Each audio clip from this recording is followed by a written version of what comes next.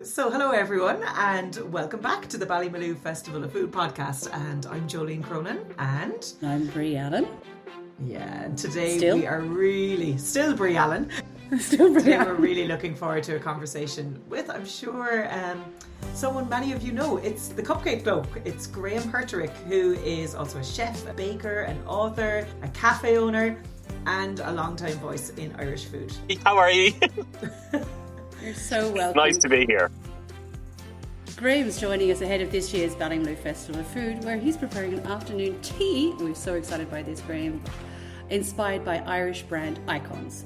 We're going to talk about that. We're also going to give his own story, Irish food culture, festivals, producers, and the very real experience of working in food today. Yeah, and you know what? I'm actually gutted that this is not a tasting episode because we're recording online. I'm in Cork. Graham, where in Ireland are you? I'm in Dublin, in my kitchen in Dublin in Smithfield. And get this, Bree, where are you?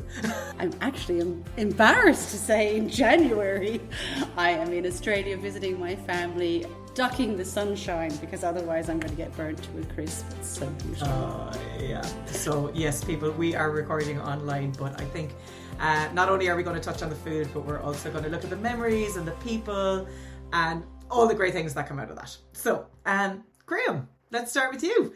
Hi.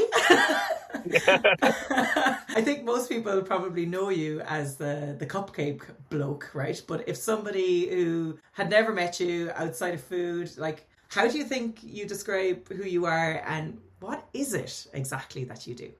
I don't know.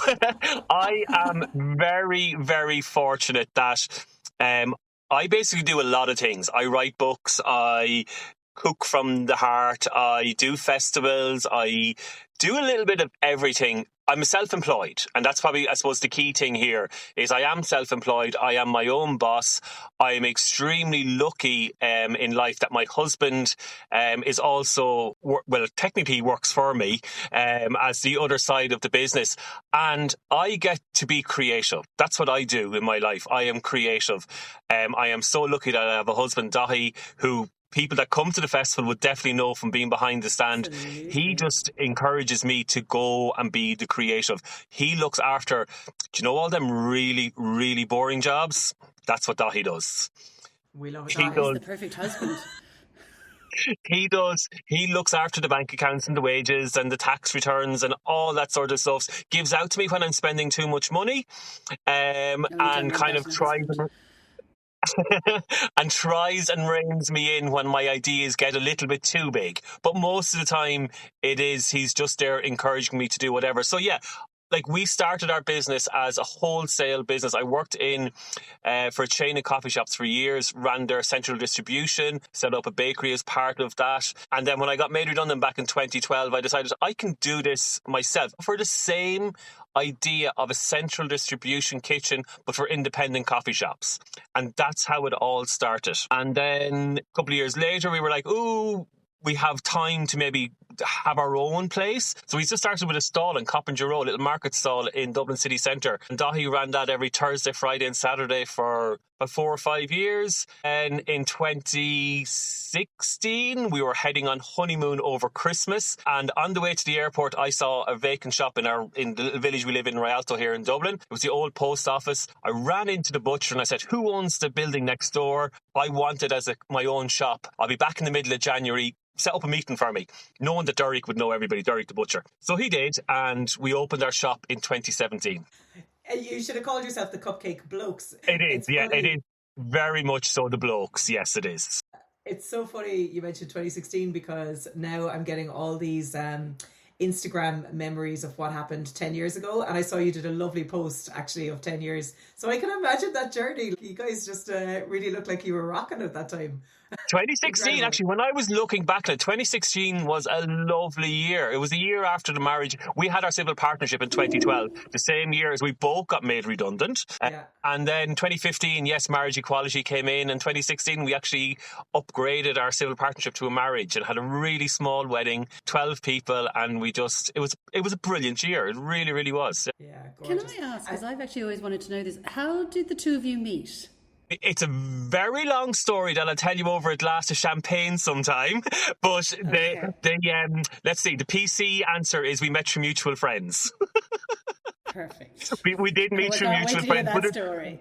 But there is a little bit more to it, and over drinking in the bar in the grain store some night, I'll tell you. Yeah. Okay, I'll wait for that. Nice. Okay. So, like, I read a couple of your books as well, and like, you have a whole kind of history around food. You grew up in a butcher shop, and I'm sure, like, you have all this kind of like heritage and legacy and love of food. So, like, I'd love to know a little bit more about that. Like, where did this first start to matter to you, really, in a kind of a serious way, and how did you kind of decide that this was going to be a way of life for you? Food has always been really important to me. Like, I suppose growing up in a pork butcher shop. Now, I said that was important to me, but at the same time, it was the 1980s and 1990s when supermarkets were taking over butcher shops. Butcher shops were closing left, right, and centre.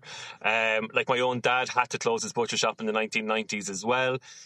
Because people weren't supporting butchers. They were going to a supermarket and buying there. But my love of food was always there. My mum is a really, really good cook. And I used to bake with my granny and things like that. So it was always really important to me. Food was, when it came to my leaving cert, like, what did I want to do? Like, sorry, go back a little bit. During transition year, every work experience I did bar one was all to do with food. I went to work for Avonmore in their soup production. I actually went to another butcher's in Carlow Town because our family was a pork butcher, but I wanted to know more about lamb and beef and things like that. So I went to Bosco's in Carlow. I went to a local restaurant, Clonakilty House, where I ended up working for 3 years at weekends and things like that. I absolutely loved it. It was Mark Malloy there that really embedded my love of cooking food. Then when I was going to college, I was like, quite literally flipped a coin. Do I want to be a chef? Or the other random part of it, I wanted to be a nurse as well. So I was like, which will I do? And I quite literally flipped a coin and it landed on chefing. Wow. And I was like, this is going to be what I'm going to do in college. Because, see, there was something else. I always felt like I had a little bit of a religious calling. So I always had this thing of, I'm going to get a career, get some sort of qualification behind me, but I am going to stop and try religious life. And I did that. After I qualified from college, I spent a year. I was working in Mount Juliet at the time. And actually, saying that, I'd been working in Mount Juliet. I'd also worked in Chapter 1. I'd worked in Peacock Alley. I'd done stages in some really, really good restaurants and loved it. But there was always part of me that was a bit, I might have a religious calling. So I spent 2 years then in the Carmelite Order. Okay. In Ballantyre in Dublin. It wasn't for me. I loved the 2 years. I don't regret it for 1 second. And then when I came back out, I knew I didn't want to go back to that mad.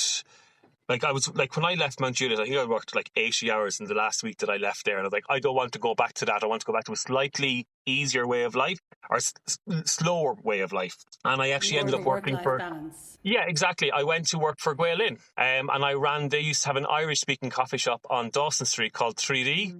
And I was ended up being chef Bannister there, and I was the manager of their Irish-speaking coffee shop, even though my Irish was minuscule. Yeah, so that's like 23 years ago now at this stage. Yeah, I see this lovely kind of parallel lines between, you know, the caring and the nurturing that it takes to be a nurse or to work in this in a religious order, or to actually care and prepare somebody a meal. I think there's so many kind of like parallel lines there. I can see how it would work together. Like, yeah, no, very much so. But I suppose my passion, I always had a passion for Irish food. And I didn't really get a chance to kind of pursue that until it's really in the last kind of 10 years that has really come forward. So yeah, like I was working for Joleen, then I went to work for a company called Café To Go, where I ran their central distribution and kitchens. Got made redundant from that. Then I set up the Cupcake Bloke. But even when I had the Cupcake Bloke, I was constantly, it was like back in the day when the Cupcake Bloke came from that trend that was there in 2012 of cupcakes everywhere. And that's where the kind of name has always stuck. It was there. I just went with it. But it was always chasing what was the next trend.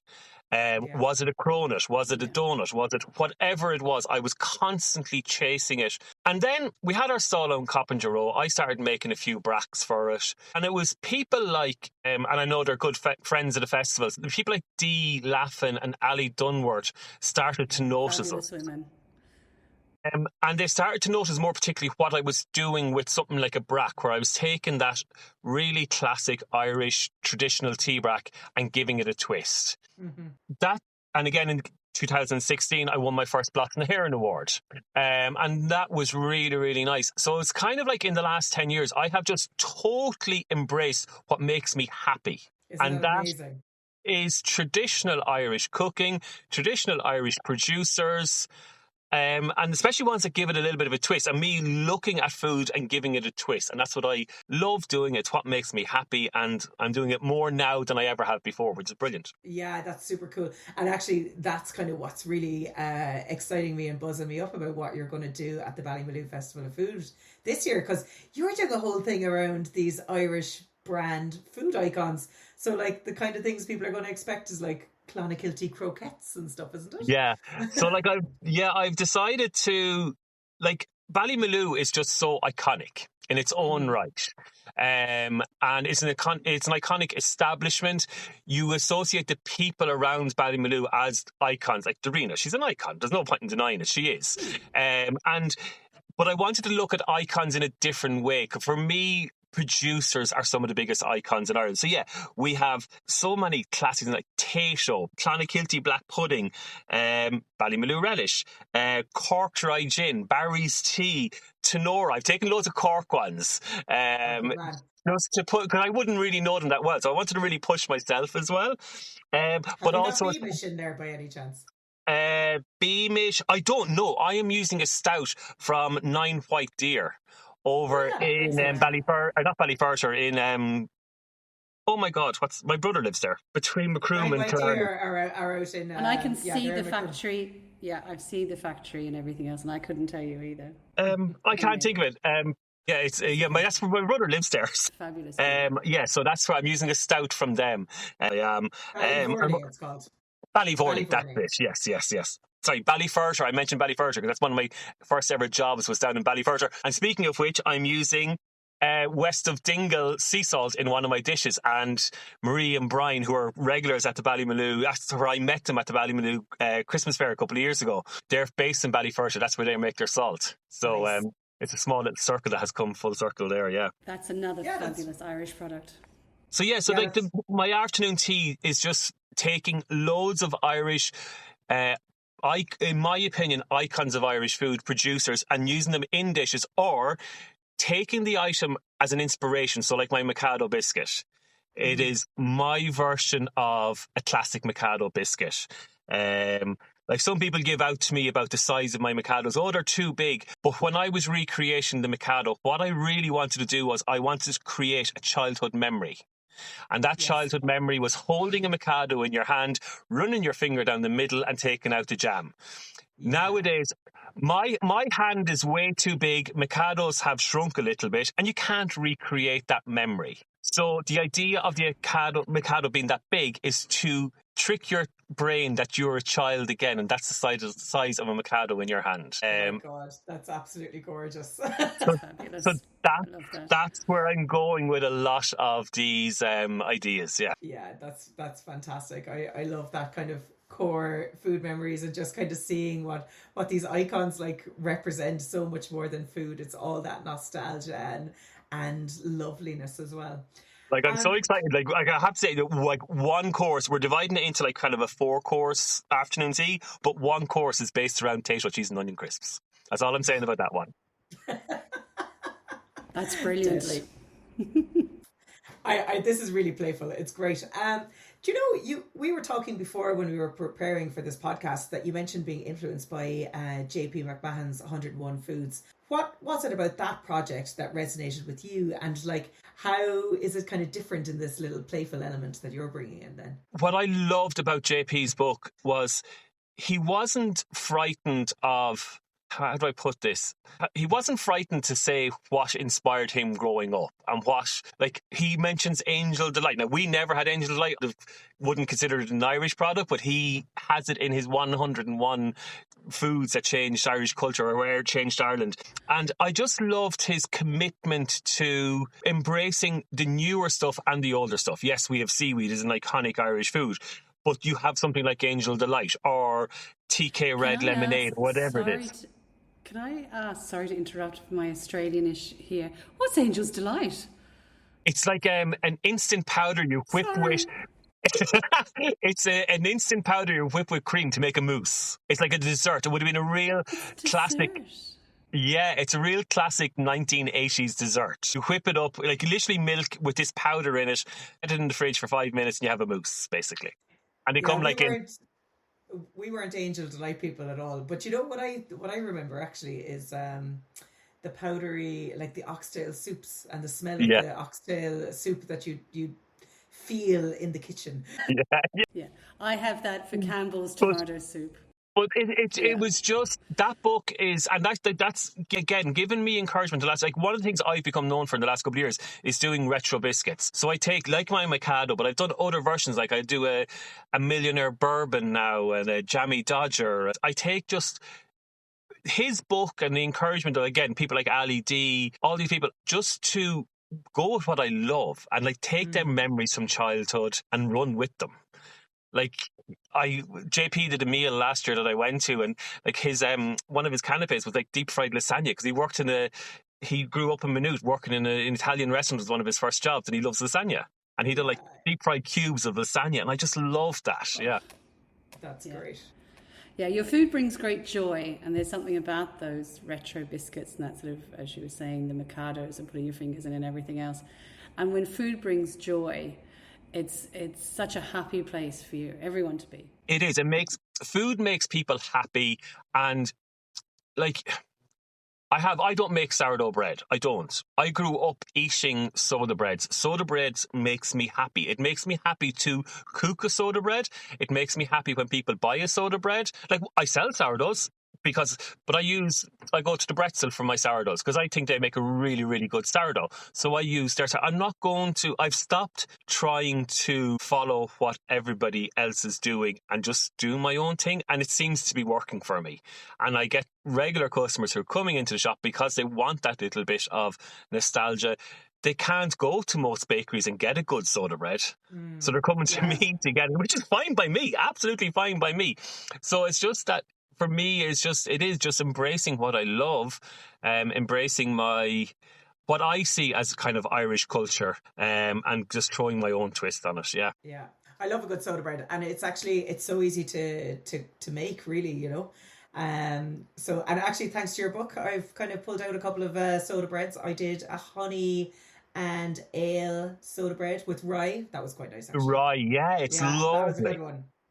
Yeah, really, really nice. But it's just showing that you can use newer ingredients with traditional Irish techniques is what I like sharing as well. Yeah, exactly. Tell us actually a little bit about the books, you know, like I suppose, why did you make them? That would be a good place to start, wouldn't it? Going back a good few years now, I listened to a podcast by the Gastrogays where they interviewed Kristen Jensen about the new series. She was just after launching her Blosta book series. And she had this checklist in the middle of the podcast of what she's looking for in an Irish author. And I was like, I always had this idea of a book of traditional Irish recipes with modern twists. And my idea initially was you'd turn the book over and you'd have one side would be traditional and one side would be modern. But anyway, I pitched the idea of a Blosta book to Kristen, and at the end of the conversation, she goes, I'm really, really sorry, it's not going to be a Blosta book. And my heart sank. And she goes, but I founded my own publishing company today, and you're going to be one of my first books. Oh, and wow. I went from literally disaster to high in 2 seconds. It was Wow. unbelievable. And I pitched the idea to, then we sat down properly and we trashed it out. And she loved the idea of, so basically when you open the book, say the very first recipe is a traditional classic brown soda bread. But when you turn the page, you get different variations of it. And then when you turn the page again, you get a more modern version of a soda bread. So everything is a traditional dish followed by a modern interpretation of it. It could be the same, exactly the same bake, just with newer ingredients, or it could be just, say, taking the title. So let's say like my coffee and walnut cake, again, traditional Irish coffee and walnut cakes, becomes a coffee and walnut pavlova with poached pears.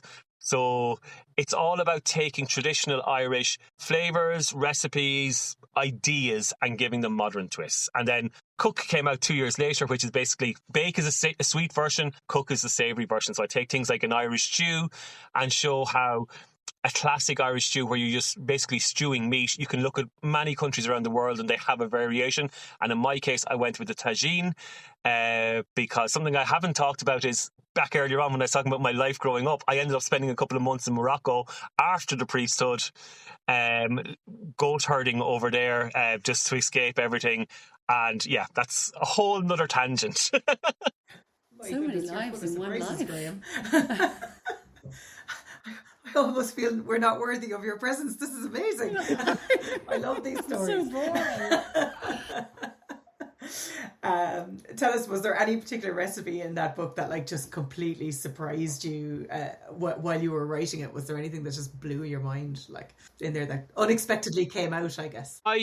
What I loved discovering was I'd done a recipe for bangers and mash, right? So I put in a traditional bangers and mash recipe and I decided to look at, so the modern version of that is actually a meatball recipe with polenta. But it was just, I went down this rabbit hole of sausages becoming like koftas, becoming every culture and every country basically has the same stuff, but we just do it differently. So like for us, bangers and mash, as I said, it became like I looked at all these different meatballs from around the world and how they're all served with something sloppy, for the better word, with a mash or a tzatziki or something like that.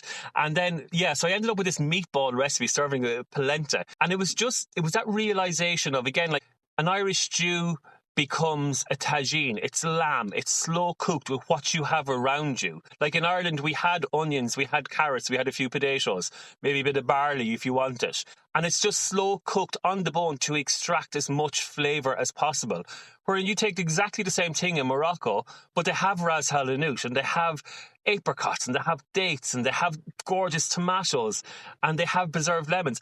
It's exactly the same thing. They're cooking them all together to extract as much flavour and nourishment from that piece of meat and bones as possible. And it was that realisation during the writing of the book that, this is like every culture is the same. We all want the same thing from our food. We want comfort, we want nourishment, we want our local produce to shine as much as possible. So, yeah. That's amazing. And you've really brought it back into that local Irish icon. It's like the Ballymaloe afternoon tea. It like feels almost like these books in a modern day edible form. Like, would that be fair that's exactly what I'm trying. And there's a couple of the recipes are directly from the book. Yeah. So like we have our Mikados, the gin, lemon and fuchsia tart is actually a recipe from Bake. So it is. Because that goes back to when I first started drinking gin back in way before I should have been drinking gin down in Dingle, and the fuchsia-lined boreens working down there, and that's where the whole fuchsia comes into it, from working down in Dingle, yeah. Nice one. Amazing. Bree, let's talk about the Festival of Food. This is your baby. This is my baby. Oh my goodness. The Festival of Food, I've been involved in the Festival of Food since it started. This is year 3, isn't it? Year 3, yeah. Yeah, it's year 3. And for 2 years before that, I was coming down for the May Festival, or the May Fest. And I just love going to Ballymaloe. There's something about, for myself and Dahi, when we drive through the gates of Ballymaloe and that lovely one-way system, and you get that drive through up towards the house, we both say it every single time. It's like our shoulders drop a little bit. And you're about to be surrounded by people like family for the weekend. We're all there. We all have, especially with the food festival, we all have the same goal in life: for food to make us happy, for to talk about food, to eat food, to imbibe in the beautiful drinks that are there, to embrace everything that's there. I love it. And what I really love about the Festival of Food is it's everybody else gets to experience our community. We are there. We all have the same goal in life. All these small producers who are making salt or making that girl with the little ginger, the Blast of the Lights, or products, or whoever, or the girls from Valencia Island. Everybody else gets to come into our worlds. And that's really what it feels like for me. Like, we're in our little bubble of this Festival of Food at Ballymaloe, and everybody else gets to come in and see what our life is actually like. Like, I'm in a WhatsApp group called My Foodie Family, and that's quite literally what Ballymaloe is for me. It's just meeting of... I'm going to backtrack for a second. As a gay man, we have this thing where we have our logical families and our biological families. And it's really important to us because at the end of the day, I don't have a family who's going to look after me when I get old. But I do have my logical family who are there for support, who know exactly what I'm going through in life and in coming out and all that sort of stuff. And I feel like my foodie family is like a third family that I have. We're all there together enjoying the best of what is Irish, really, because, like, thankfully, Ballymaloe Food Festival isn't sponsored by a big corporate from America or anything like that. It's all Irish.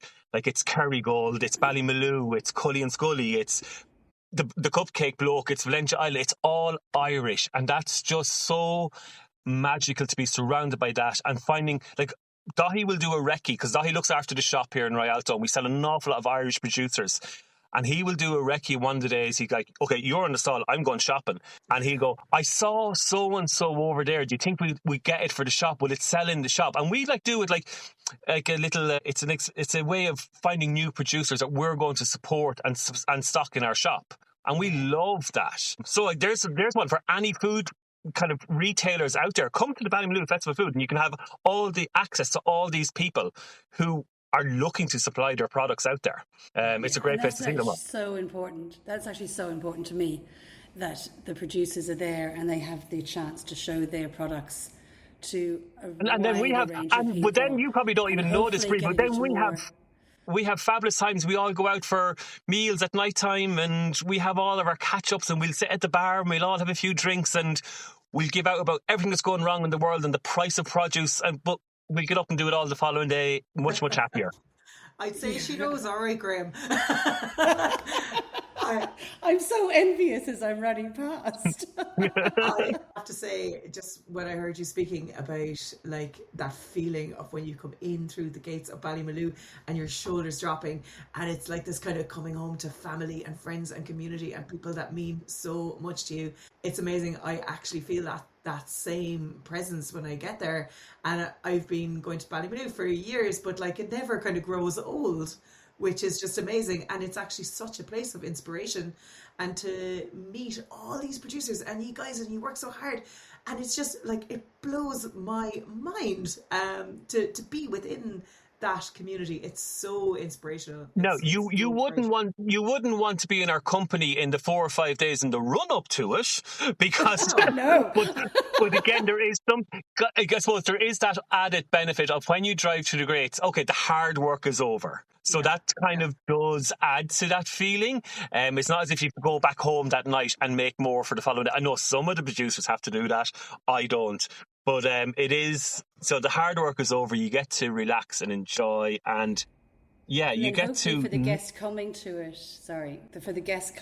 it, they get that same level of joy of being in your company and seeing the food going on around them, and the music and the atmosphere, and watching you on stage doing your cooking demonstrations. And so I think it's an all-encompassing, well, hopefully anyway, it's the idea that we're inviting everyone into our space to enjoy this event, whether you're a food producer, whether you're a guest, whether you're whatever you're there for. Yeah. And you're right, it is a lot of hard work in those build-up days. Like, I mean, it's not easy doing the work that you're doing as well. Like, do you think there's anything really that could be kind of, I suppose my question is, like, what is it that producers and people like you what you need right now to keep you kind of floating and going? Is it that support from people? Is it more festivals like this? Is it what is it that can keep this community and this thing alive? Is that to me? That's to Yeah, you, that's Graham. you, darling. God, don't ask me. Bombshell just dropped. Sorry. It's in there. It's just picking. Like for me, I sit down in the beginning of the year, and I don't do as many festivals as I used to do. Definitely not. But I pick the ones that nourish me and make me stronger, like both physically and mentally. And I think that's a really important thing. And again, so many of us food producers are all self-employed. We work 6-7 days a week constantly. But by going to something like the weekend in Ballymaloe, you are surrounded by your friends. And I will encourage any food producer who is kind of struggling in a space that kind of like they feel like they're on their own or something like that to really just embrace the community that's there and the support that's there. Like if Joleen Allen wants to come up and talk to you and take a few photos with you, do it. Like she's there to encourage you, or Rory comes over, or Rachel, or whoever, or all the other amazing chefs that are there. Like last year, I remember bending the ear off Faddy for about half an hour because I'd been to Bethlehem, and he was just so like use these people. There's the most amazing chefs from around the world are coming to this festival. The most amazing producers from Ireland, the most amazing talkers and speakers from Ireland and beyond are coming to this little nugget of hospitality in Cork. And I'm sold. I'd love to go. But You Sounds like start a festival fabulous like event. Bree, you should start a food festival. It'd be a really good idea. Yeah. But it's just all I can do is encourage people like from outside. So like if you're a local and you're coming into the festival, just go up and talk to these people and embrace new ideas and new concepts or in my case, really old fashioned stuff that I've just thrown a twist on. But just come out, talk. And we love, hear me now, we love talking about what we do. So just ask us the questions. You're so busy, and tell us, you've just opened Ernie's in Shackleton Centre. Yeah. So now you're so running a cafe. I'm absolutely blown away by you. Okay, so that's a homecoming. So Athy in County Kildare is where I'm originally from.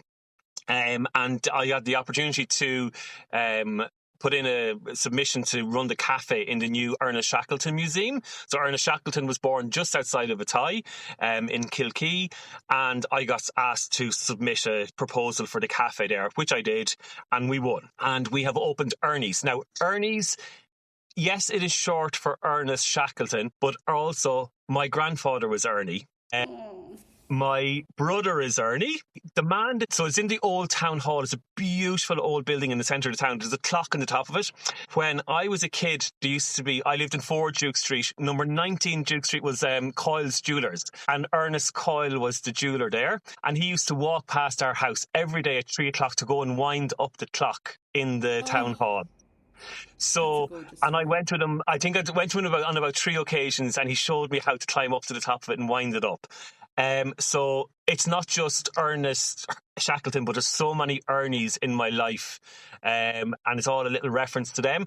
I'm also very lucky that my sister, who used to work with me in the bakery here in Dublin, went off to have another kid about 7 years ago, and she was ready to come back to work, so she's doing all the food in Ernie's. That was going to be my next question, how you're managing it. And my niece, who was the manager of our shop in Dublin, had a baby 2 years ago, and she was ready to come back to work, and she also lives in Athy. So they all live in Athy. I have basically it's a family business, and they're all running it down there. It makes me so happy. Yeah, because that reality of day-to-day running a hospitality business, living in Dublin and having this in Athy, and staffing and all those other day-to-day issues that can come out of running a restaurant. Having the two of them there must be a huge weight off your shoulders. Oh, it's massive, and like this, Bree, coming from like a family like the Allens, it is that support that walking away, that no one is going to, well, like, this is my opinion, no one is going to run a business as well as you can or a family member can. It's really hard to let go and like entrust somebody else to do it. So for me to have two family members running Ernie's is just like the icing on. And my mum and dad are always popping in, kind of, they're not doing that right, or she'll tell me when something's wrong. It's nice to have family doing that. Yeah, it's really, really, really nice. Yeah. For me as well, I've grown up in a family food hospitality business, and I know it's just all hands on deck, really. And it's so important to surround yourself by people that you can trust as well within the business too. So yeah, well done. Go on, Graham. Thank you. The Cupcake family. I haven't made it there yet, but it's definitely on my list. I'll be there before. Okay, if anybody is into any sort of history, you will love it. It's all about one person, but it's just like what they've done with this. It's amazing for the town. It's an amazing, like, actually Ryan Tubridy was there the weekend, blown away by it. No, it's really, really nice that we have something like that in the town. It is a beautiful old heritage town, which, like many towns in Ireland, has felt the neglect from the last couple of decades. And I feel like this is the start of something new for Athy and something really positive for the town. And I'm really excited about the future of it. Yeah, cool. Brilliant. They're very lucky to have you. I think this kind of feels for me like a natural place to put in about like what's happening with your family at the moment. Do you want to talk about that, Graham? It is a very hard thing to talk about, and like being in a family business, you know, realizing the importance of family, the family we have within the food producers. Like, I suppose I just wanted to lean into what's happening with your family at the moment. Yeah, we've a lot going on in there. We've a lot going on in our family at the moment, and we have family members receiving treatment for cancer, and it's tough. But again, it's like as I keep on going back to this, in the last 10 years, I've embraced kind of what I love in life. And that has come back to me with people, if that makes sense. Like, I suppose, besides from my best friend, Tara, like most of the friends in my life now have changed in the last 10 years. And I have a much stronger connection with people and friends and like support in a circle that I have there now. Get most of them in the foodie world. And you very quickly realize, yeah, it is. It's a common interest and a common support, and also like you get to meet people. Like you also realize you're not alone in all this. Like cancer, unfortunately, is affecting so many people in the world right now, and like. Somebody like Jacinta Dalton, and please encourage her to come to the festival and talk about this. But she is doing she's over in MUIT. She's doing amazing talks at the moment all about gut health and how important it is. She's fighting cancer at the moment. And she's talking so much sense about our diet and the amazing Irish food producers, like people like Kerry Keffer and how good, and Moss Tonic and all these things, and how good they are for your gut health and your being and everything. So yeah, like people like that are amazing. Again, that small foodie community who are really encouraging amazing Irish producers to produce amazing products with less chemicals and less all the bad stuff that we don't need in our body.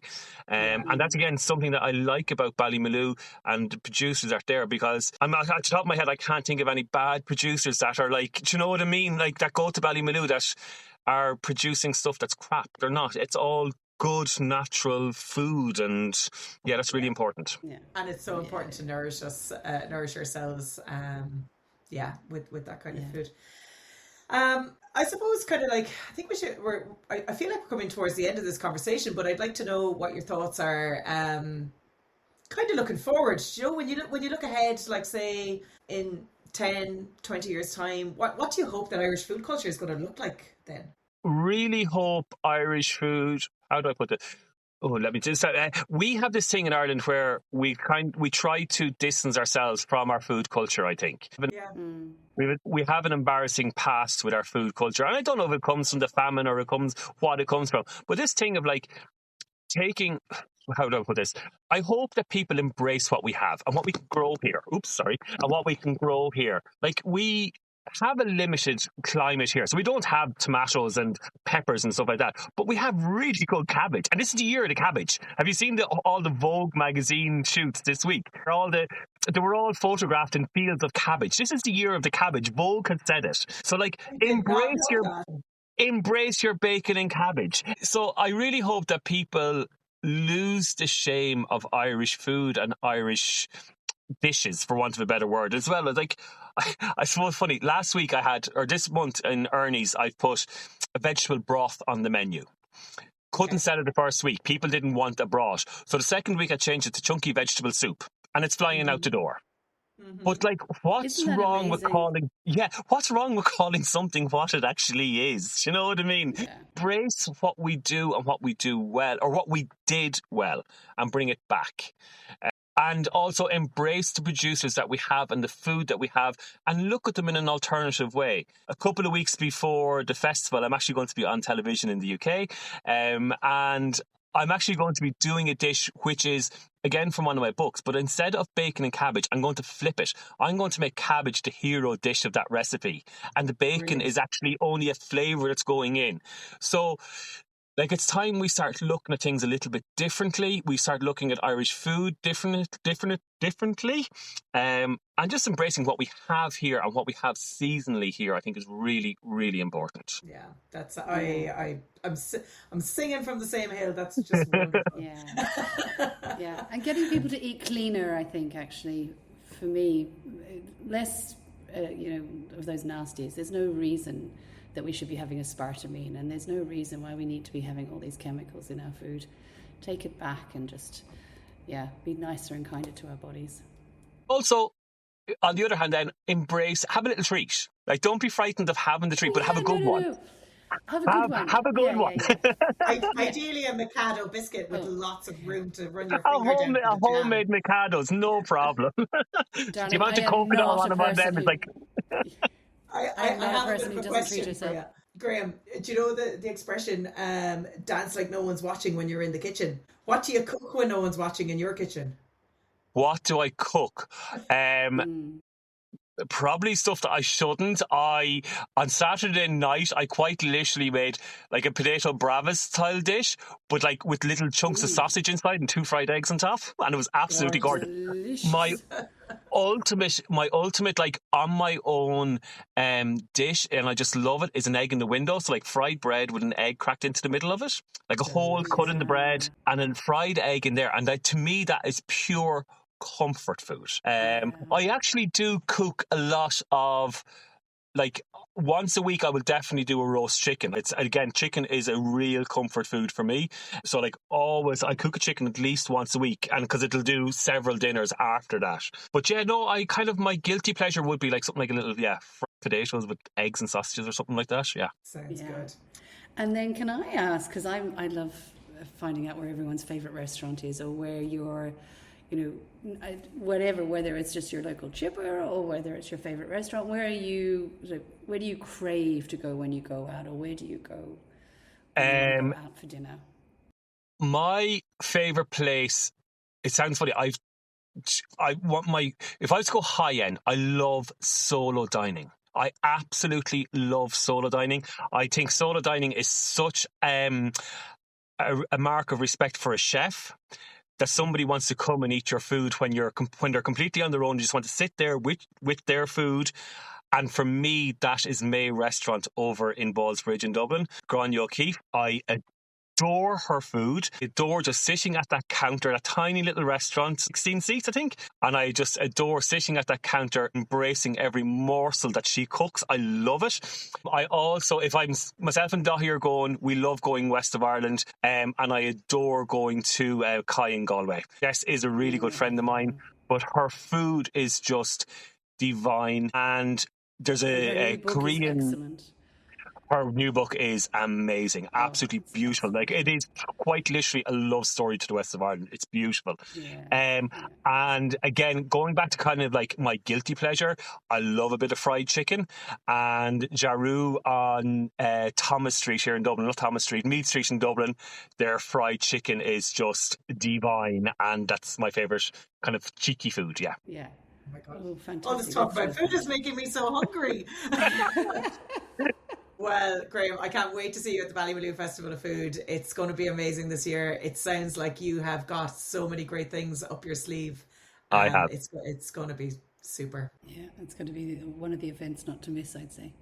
I am so looking forward to bringing my weird little ideas to the most beautiful setting in the garden. Yeah, I just for me personally, just to be doing something like this in Ballymaloe, it's just like it's a dream come true. And I don't mean to gush about it, but like, to be at, like, I know I pitched to you, but for you to say yes to do something like this in Ballymaloe is like, it's an honour, and I can't wait to throw my mad little ideas out there in Ballymaloe. Bring them on. We were so delighted you said yes, and thank you very much.